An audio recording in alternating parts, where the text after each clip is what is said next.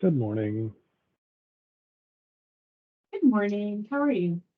I'm doing well. How are you doing this morning? I'm all right. Will you make sure that you can share your screen? I cannot.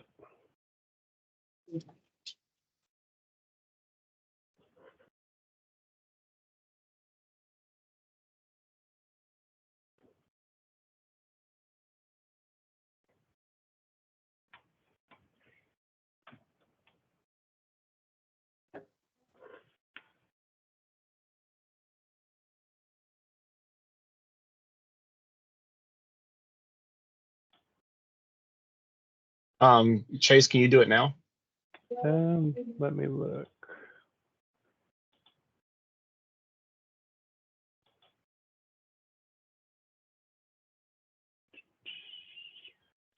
Just did it. Can you see the presentation? Yes. Yes. Excellent. Can you still see it if it's in slideshow? Yes. Excellent.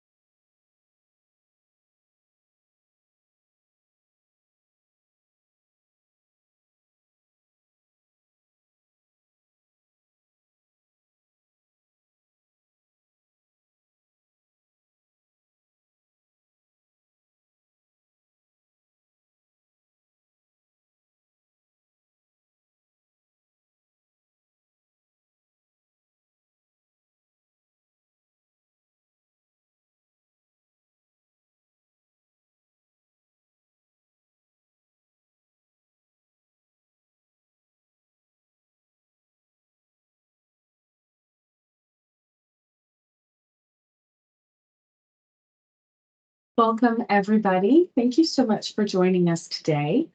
We are really looking forward to our conversation. We have Chase Kitterman, who will be our presenter for today. And he's going to talk about database decision rules and give us some guidance and tools that we can use in our schools and in our contexts.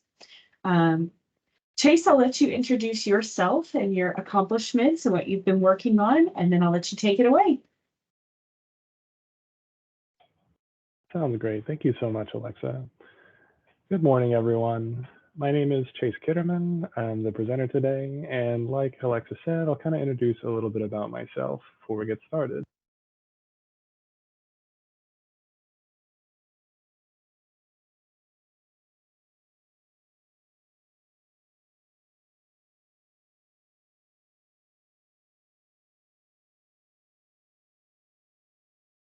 You seem to be muted. There we go. Now we're good. All right, so just to kind of give a little bit of background about myself before we get started, I did my undergraduate at Kansas State University in psychology, where I switched to Oklahoma State University's School Psychology Specialist program, where I received my master's in education specialist degrees. I then went on to work in a number of different positions across several states.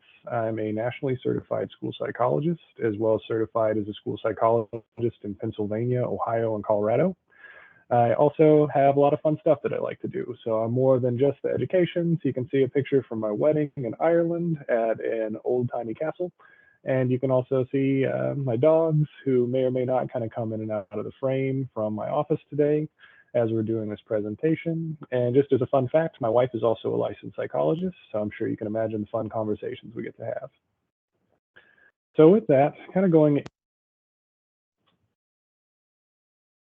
the objectives that are kind of laid out for today's community of practice, there are really two major areas. The first, I want to talk about how to establish the context for using a problem-solving model within your MTSS framework.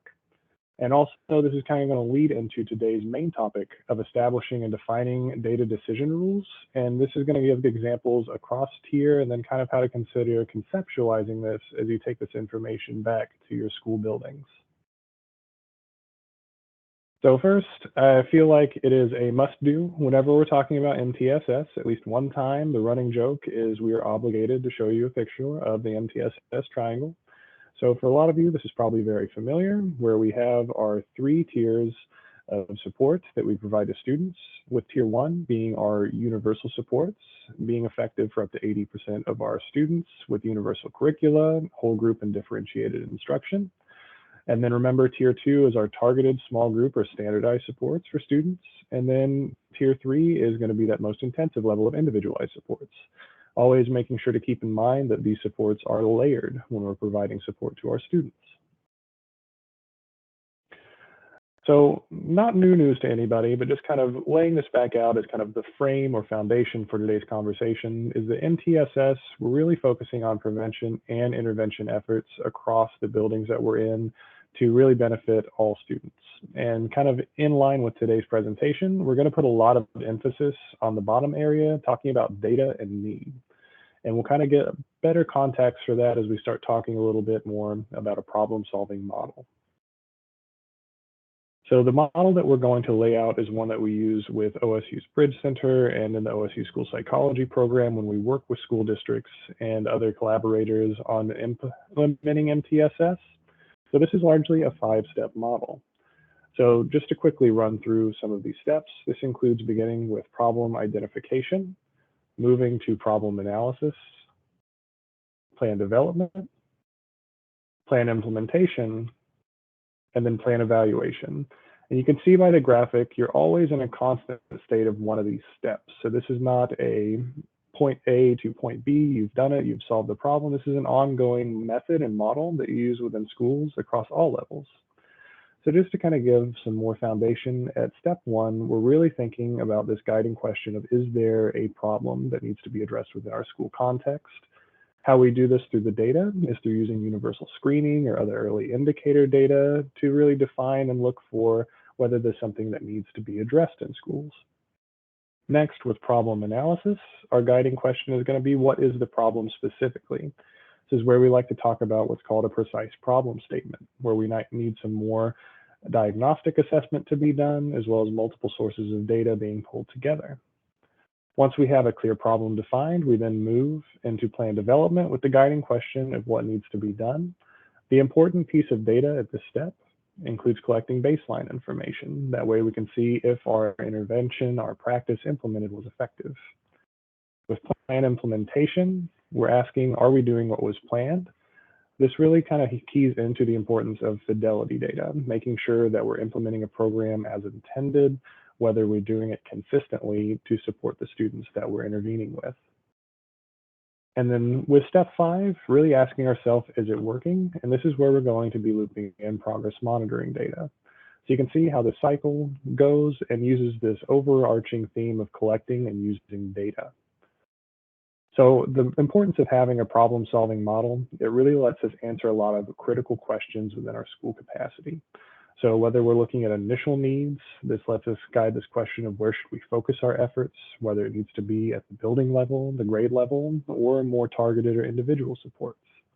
With level of implementation, how well we're doing what we're saying we're needing to be done with these interventions and practices. And then most importantly is always keeping a pulse on whether we're actually improving and benefiting our student outcomes, whether that's for mental health, behavior, or academic functioning.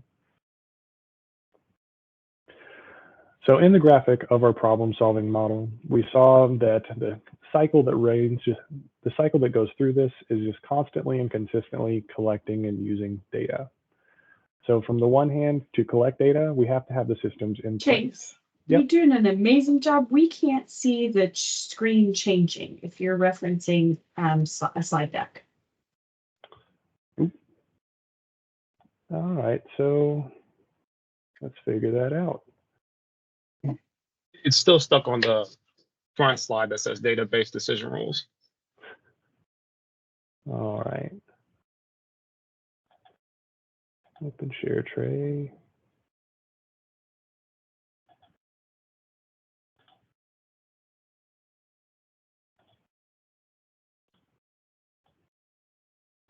How about now if I switch back through slides?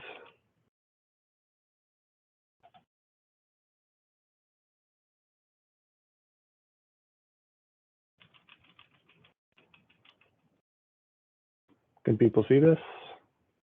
Right now, I can't see anything. Technology is fun, everyone.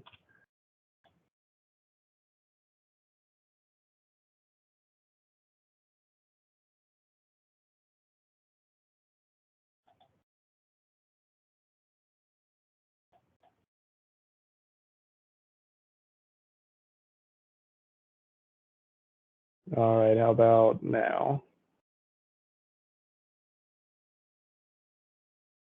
I don't think people can see anything still.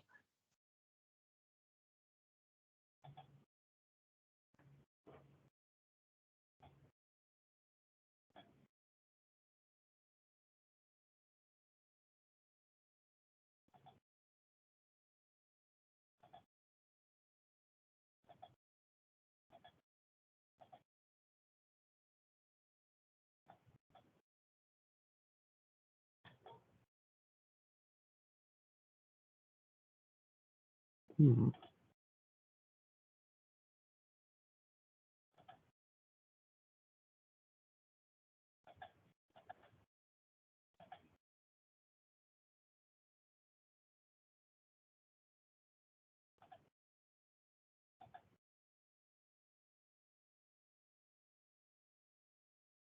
Anything yet?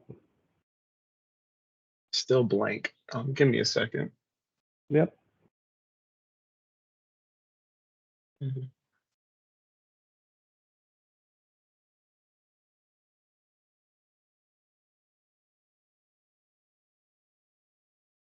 Okay. Try again, Chase.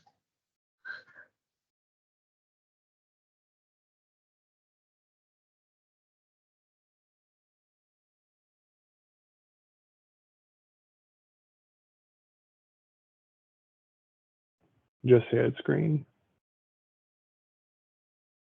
No.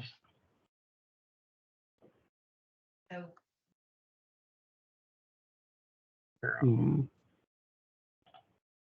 Chase, do you have your slides downloaded? So they are on Google. Let me try to switch and see if I'm able to do it from a different browser.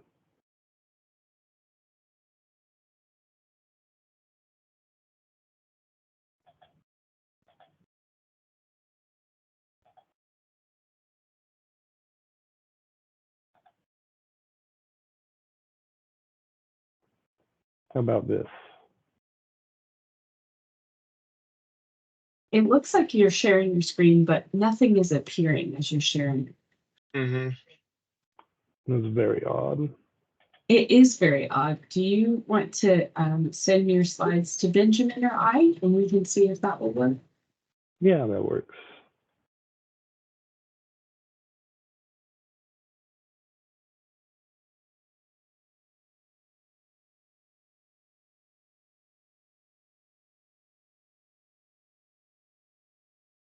Are you able to see my green screen?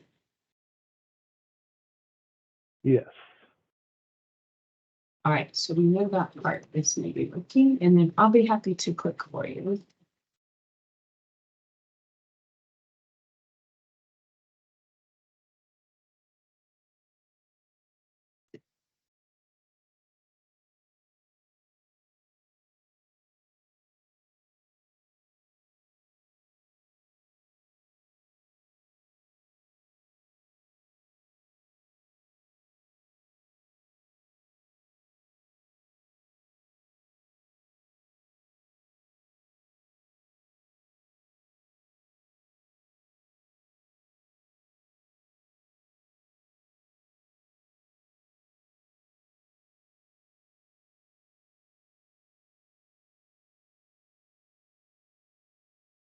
Thank you, everybody.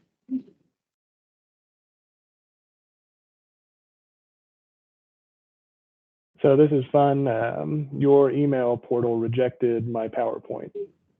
How weird. How weird.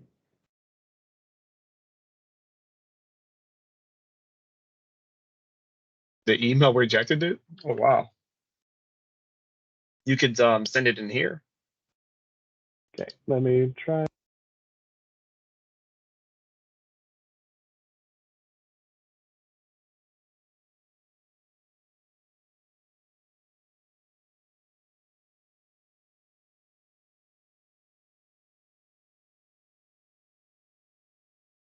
I wonder how many emails are rejected. I'm sure I'll get a roll up in an hour and it will have your email.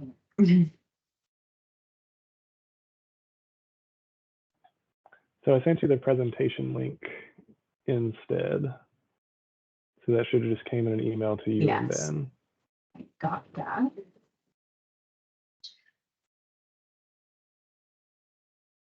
Right.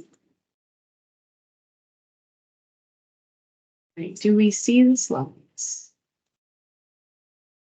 Yes.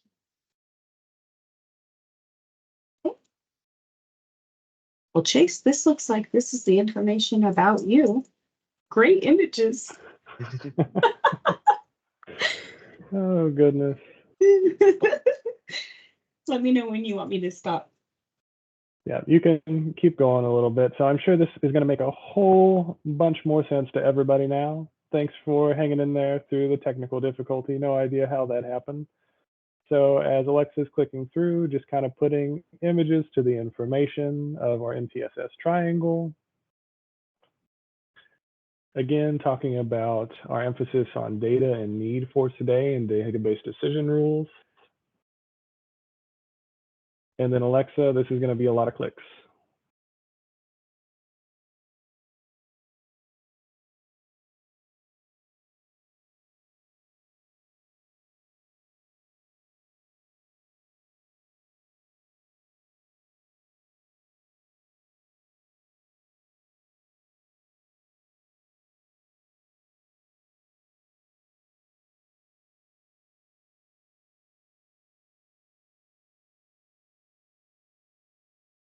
Maybe you can go to the next one. All right, so click twice. And right here. All right, so back on track.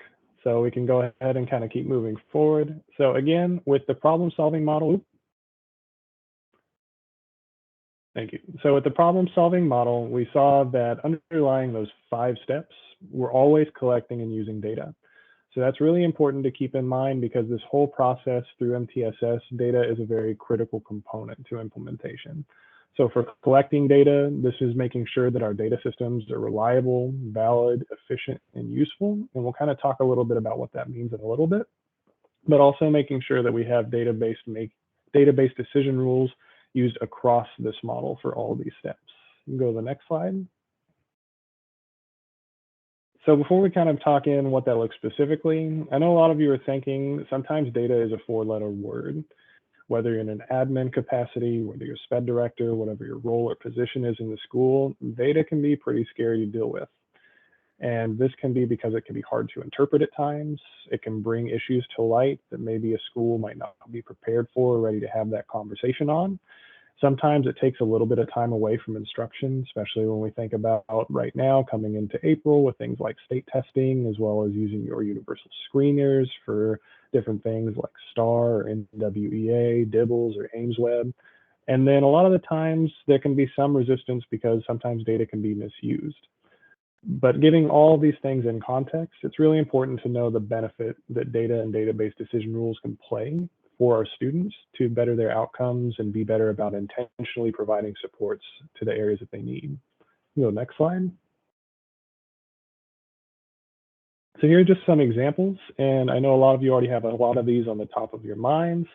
So things like grades, the Oklahoma State testing, curriculum-based measurement, academic examples, and then for behavior and mental health, these include things like your office discipline referrals, suspension and expulsion data, whether you're using a mental health screener, something like the Early Identification System or EIS, are all good ways to bring data sources together for making these decisions when you're building MTSS in your buildings.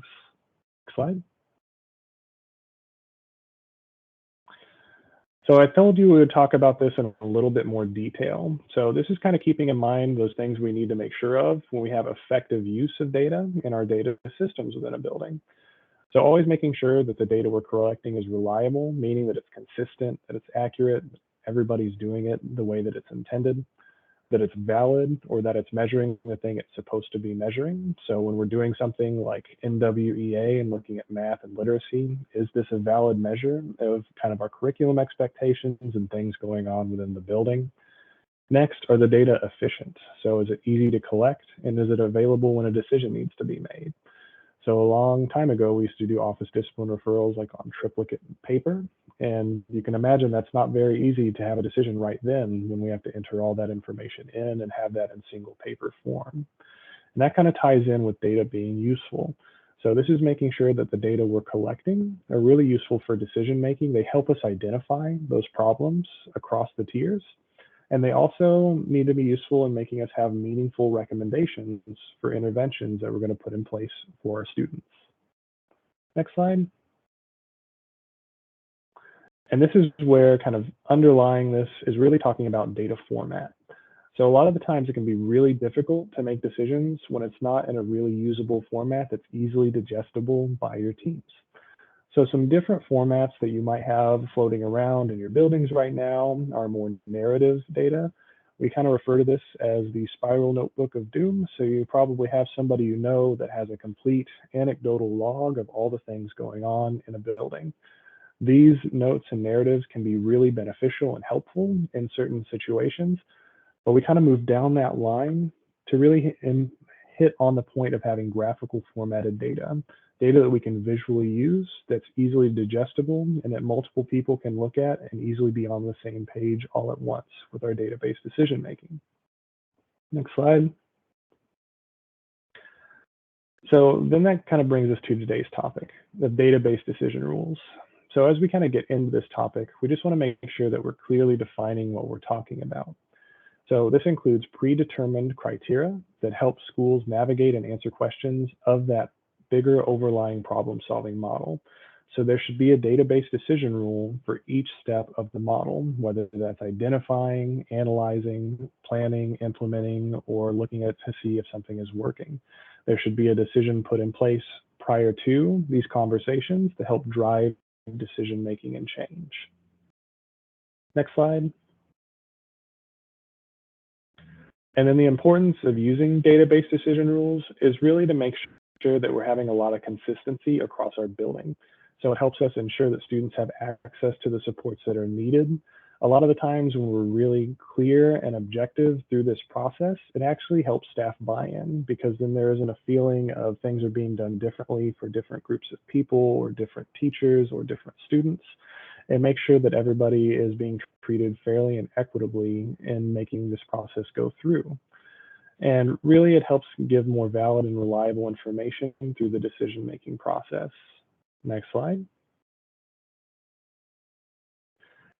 And this kind of underpins the whole entirety of MTSS, of when we should be using database decisions should be done at every level.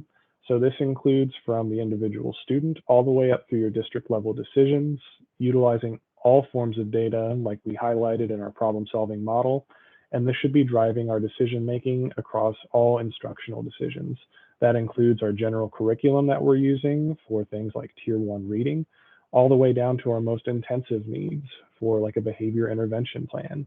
Having these rules set in place to drive the decisions and collect and use data to just keep that problem-solving model rotating throughout our schools. Next slide.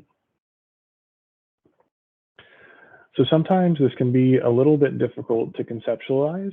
So this is kind of a graphic that we can follow along to just kind of give a really quick example of what this looks like and how this can really impact that problem-solving model. So in the middle, you'll see screening tools, and two words are highlighted: group analysis and individual analysis. So let's use an example and just kind of play through this scenario if we're talking about our universal screening for reading. So we have a kind of rubric that gives us a dotted line for where a decision rule needs to be in place, an orange arrow for steps of problem identification, and then a black arrow for steps of problem analysis. So Alexa, if you could click one time.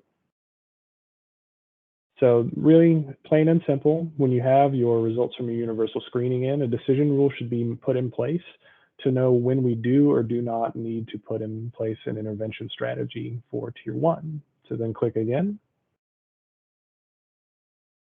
So then linking a separate decision rule. So let's say we have a certain percentage of students that are not meeting the benchmark for a universal screening tool. That automatically lets us know we need to start the problem identification process and starting to collect more data. And if you'll click again, to work towards a solution strategy that we can use across a building or across grade levels based on the responding of the whole or the group from your universal screening. On the other hand, if you click again, we can talk about need for Tier 2 or targeted small groups when we do more individual analysis of this data. Again, this is the same process for problem identification, but looking at a new area of concern. And then finally, we can start working into click the last time,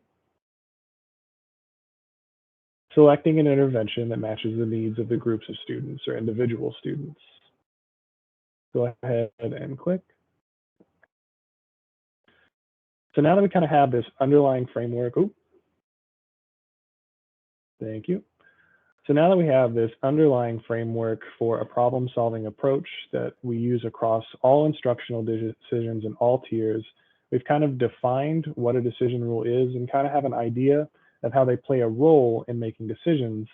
Now we're going to talk about actually setting decision rules and some considerations to keep in mind. Now you can go next slide.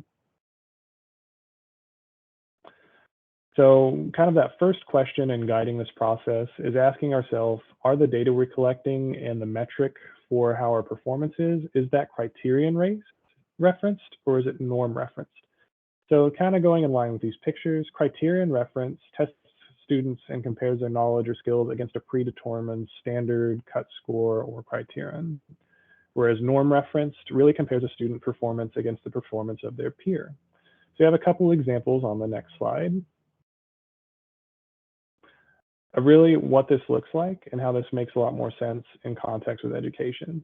So when we're doing things based on a criterion, that could be something like 80% correct is the goal, or it could be scoring proficient on a state assessment. So it's just a standard criterion that's been set. On the other hand, a norm is again comparing performance to others. So this could include things like the achievement standard score of 100 being within what's called the average range, can also include percentile ranks and grade equivalent scores if you have those for the data that you're collecting. Next slide. And then talking a little bit more deeply on norms, it's also important when you have measures put in place to understand whether that data is referencing a national norm or a local norm. So national norms are going to be based on performance of a large group that is largely built up of several people across several states in like the United States. So national criteria are set based on research and theoretical frameworks. In contrast, it can also be important to know whether something is set on a local norm. So this is developed using a population of students, whether it's from your district or from the state of Oklahoma or your region, and can be set on prior performance from your students to be that metric for success. So some examples of how you might see different national or local norms in your data. DIBELS is early literacy screening that uses things like composite scores that are based on a national norm, where a score of 141 is considered the benchmark for the beginning of second grade. STAR also sets national norms through its use of percentile ranks to see where students fall relative to others. And even something like the rate of office discipline referrals has national norms that have been set at a rate of referrals per day per month. Now, on the other hand of this, it's also important to consider when it's appropriate to use a local norm. So this could include like a reading benchmark assessment score of 30 that might be predictive of passing the Oklahoma State test. Also below the 20th percentile could be a local set norm in your data. And then compared to the national norm for office discipline referrals, your school might be a little bit different where you're setting a higher or lower expectation based on previous performance in things like behavior problems. So these are just some guiding questions to consider with your current data that you have in place as you're kind of making these instructional decisions and setting these data-based decision rules. So asking yourself and looking toward your data to answer the questions, is the data criterion or norm referenced? Are you using a local or national norm? And then also, are you able to pull data that's school-wide or district-wide to do that group analysis to really look at those problems at the level of tier 1?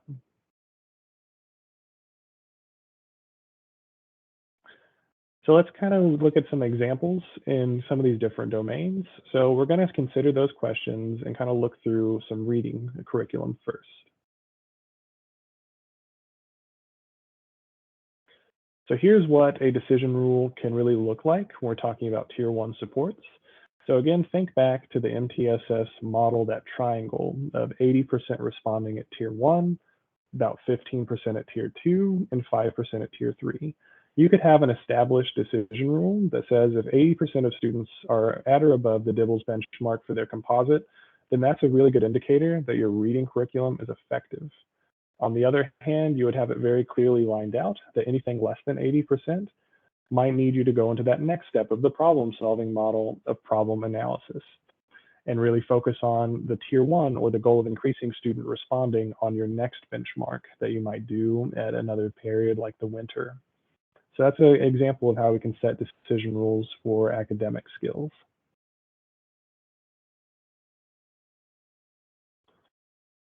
So then let's take a look at this graph, and we have these benchmark data, and you can see how easy it is to kind of get a picture for the decision rule when we're using visual representation like a graph.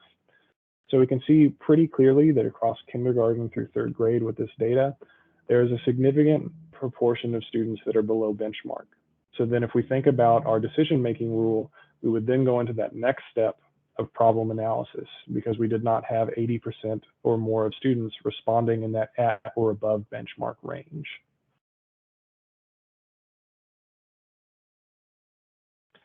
So this extends not only to academic skills, but also to behavior and mental health. So we can also take a look at this in the same context to look at things like a life skills curriculum.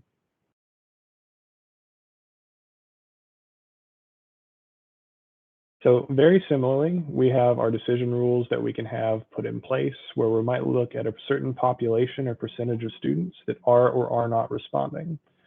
So the language is kind of flipped to here where we're looking for 20% or less of the students are indicating that they often or always have a problem.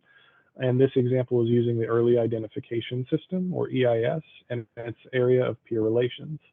So again, it makes it very clear where the team needs to go next with our data by setting beforehand this criteria for success of whether social skills curriculum is or is not effective. Then if we go to the next slide, this is an example of the dashboard of the results that you get from the EIS when you use this screening tool. And you can see a number of highlighted areas in that red that are of area of concern.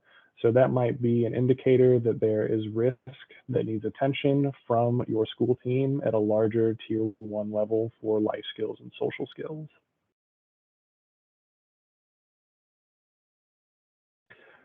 So then kind of closely tied with life skills and mental health, we can also look at behavior and whether we're implementing that kind of behavior side of the triangle. Some refer to it as PBIS or MTSS behavior. So this might be based on our monthly rate of referral. So we talked about this earlier with some examples when we were talking about local or national norms for office discipline referrals. So for this decision rule, we're looking at a rate per month of those office discipline referrals to kind of give us a check-in of, are we doing what needs to be done with implementing something like positive behavioral interventions and supports. And again, this makes a clear distinction of when we identify a problem ID, step 1, and then what steps need to be taken if we move on to step 2 of problem analysis.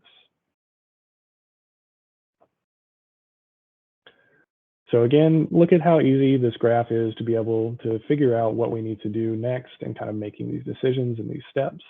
You can see it very clearly laid out, the different rate of major and minor problem behavior for the office discipline referrals for this school. And then we see a line kind of showing the national median for referrals that's in place. Again, that national criteria, but we could also set a local norm based on last year's performance. This makes it very clear and very objective. Then we're using these database decision rules to kind of drive that process for problem solving.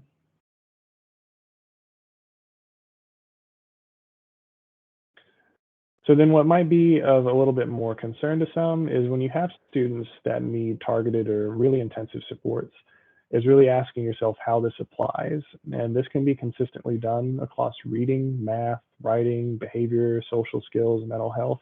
The process remains the same. We're just looking at a different problem.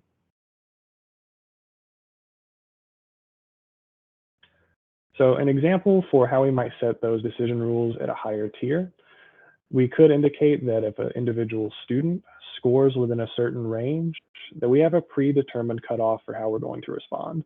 So an example could be STAR for academics, where tier 2 intervention may not be something the team is considering unless they score within a certain range, like on watch intervention or urgent intervention groups, and then kind of coordinate with our people, whether that's a reading specialist or an interventionist, to put those supports in place kind of immediately following that decision rule being indicated. So here's just some examples of what this can look like from screening reports across all students. Again, we kind of want to see that same proportion of the triangle, that 80, 15, 5. And we can see that in grade 10, we're kind of seeing a little bit of a picture like that, really visually, really clearly. We have some other information that's also in this report, but just getting a better idea of how this kind of plays out across these different forms of data. And then for a behavior example, so remember we looked at the rate of referrals kind of by month when we were talking more about tier 1 issues. For tier 2, we could particularly be looking at students and their individual office discipline referrals. So a really consistent rule that's used is whether somebody has a combination of 2 majors or 6 minors across a period of 2 months. This could be a really good indicator that a student might need an additional level of support. really also including those opportunities for specific teacher referrals, that you're collecting more than one piece of information or data and making these decision rules. And that kind of undercuts this entire conversation that we've had about identifying individual students. So again, database decision rules should be selected prior to making decisions. And a lot of trainings that we do across districts, we talk about refraining from making cardiac decisions. So cardiac decisions that are not kind of set within that model of the system of MTSS can sometimes set us up to put students in a position where we might be making the problem worse inadvertently. We can kind of take that step back off when we have these decision rules to ensure that students are not missed in these opportunities with universal screening and data collection. Also to make sure that we're ensuring equitable application of these decision rules and these interventions. So if you have a tier 2 team that's putting in place these supports and determining what should be going on or how many students should be intervened with, remember that rule of thumb is about 5 to 15% of your students receiving targeted supports. And this table on the right just kind of shows you what that may look like depending on the population of your school. So this is geared a little bit towards more rural or medium-sized school districts, but you can still do the same calculation to get an idea of whether you're kind of fitting within that tiered model.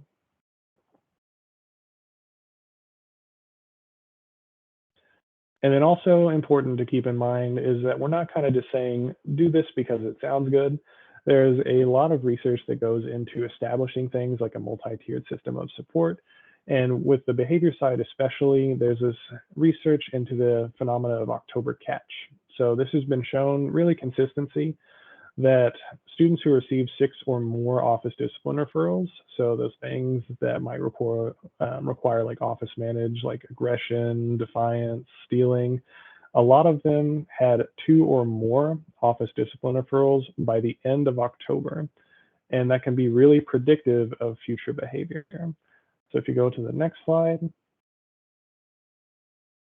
this just kind of gives an idea of what the data tells us for behavior. So let's say that these are the count of office discipline referrals that we have for a number of different students.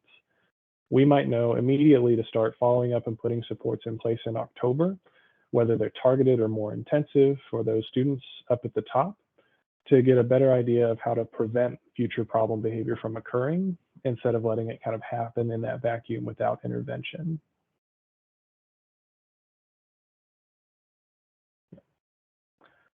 So some things to consider when you're taking this back to your sites, talking to your building implementation teams about identifying data decision rules. One is you're likely already doing this. So a really good example that we like to point out is we're talking about this in context of a multi-tiered system of support, but there are several things that you already do where you have decision rules in place, whether you have them explicitly written out or not. And one of these that really is an easy thing to consider is your academic eligibility for participating in sports for your junior varsity and varsity teams if you're in secondary. So you have this defined role of whether you have this many failed assignments or this letter grade. That is the decision rule for determining if you are able to play or not. Think about this for field trips as well. You probably have things put in place, opportunities where you might link things like a student's GPA to be able to take place in some type of activity or class. You're already doing this. This is just kind of thinking about how we can expand that to include things like our universal screening data, our office discipline referrals, suspensions, and expulsions, to making preventative approaches towards dealing with student problems. And then some guiding questions to kind of take back to your teams. So we're talking about tier 1 specifically. And again, this doesn't matter if we're talking about academics, behavior, or mental health, is really making sure, do you have who you need on your leadership team, your tier 1 implementation team, really writing out and having discussions like with those examples for academic eligibility. What decision rules do you already have that are put in place in your building? What data do you have available? So whether that's state test information, whether you have a universal screening tool or collect referrals, and then what needs are we addressing across the building? So what needs to be put in place to really alleviate these areas of concern? So then going into next is just giving an opportunity to field some questions about database decision rules, and just kind of open up and see what questions there are. Well, this was incredibly informative. I feel like I've learned quite a bit. If you have questions and you'd like to put them in the chat about what we've talked about today, please do so. I was going to ask kind of what would you recommend as a first step, an initial step for schools that may not have very concrete decision rules at all? What would you recommend as their first step to identify those? So I think the first step in kind of thinking about our model for MTSS is making sure that you have those teams in place that are representative of the people that need to be present to make decisions. That includes an administrator, that includes people who are knowledgeable, like your teaching staff or special education staff, to make sure that you're not making decision rules in isolation, so that it's not being perceived as coming from top down from your leadership, but it's more of a collaborative effort. So first, making sure those teams are really established well and put in place. That's a great suggestion. I think that a lot of our teams are in that initial phase of developing the team, making sure they have the right people on the team. What would you recommend as, and I think you've proposed a lot of questions in your presentation about things to think about and things to look for. What would be some of the pertinent things to look for if we have an existing set of decision rules and it's not working? How would we identify that those existing decision rules maybe are not as effective as they should be?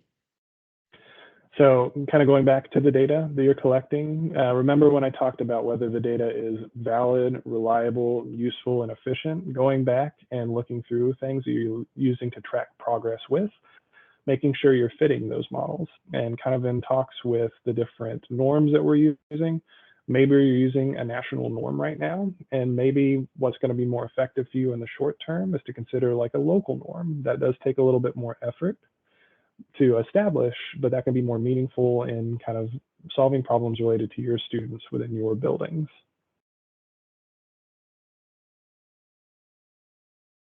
Amazing. So we're thinking about schools that maybe are starting an initial process. They should group together a team, start to look at these questions, start to look at this process.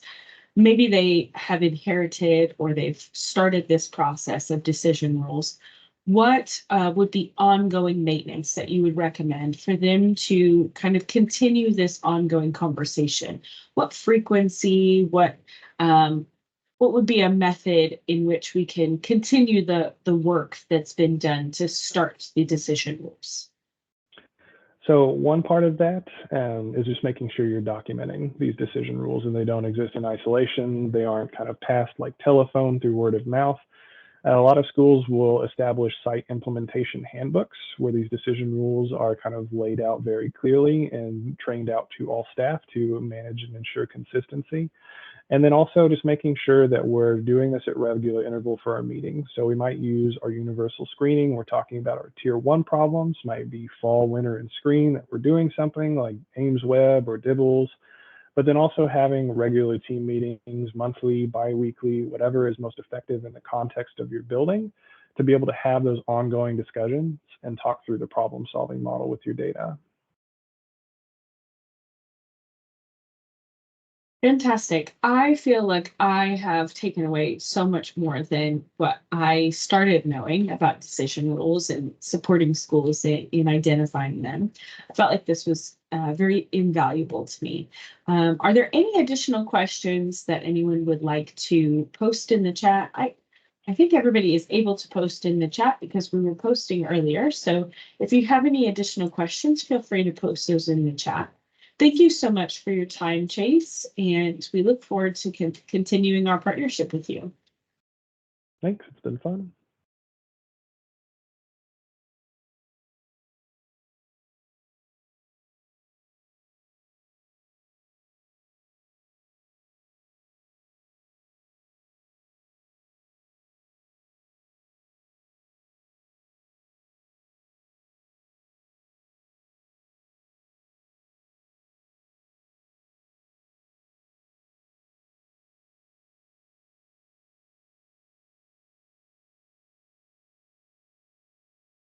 All right, if there are no additional questions, this will be posted on the SPIDEG Canvas course on OSDE Connect to access any of the materials as well as the recording of the session. Thank you for your attendance, and we'll see you soon.